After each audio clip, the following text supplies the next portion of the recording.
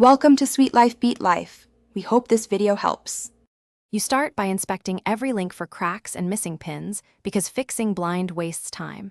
Once you see the damaged section, mark it with a marker and move immediately to remove tension. Use pliers and a pin punch to push the pin out. Apply steady, even pressure so you don't bend the link. Make sure to support the chain on a flat bench so it stays aligned. Clean nearby links with a cloth and degreaser. This prevents grit from entering new joints.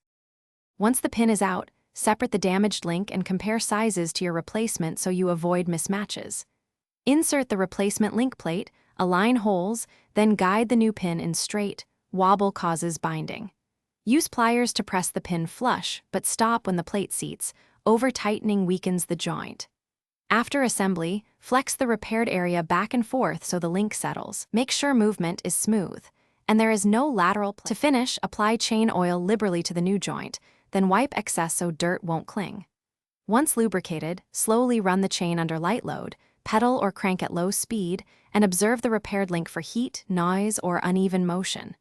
If you detect stiffness or clicking, stop, reseat the pin, clean the area thoroughly, and try again. As a key troubleshooting tip, if movement never frees, replace the entire section rather than risk a failure under load. Safety first. Thanks for watching. Consider subscribing if we helped you.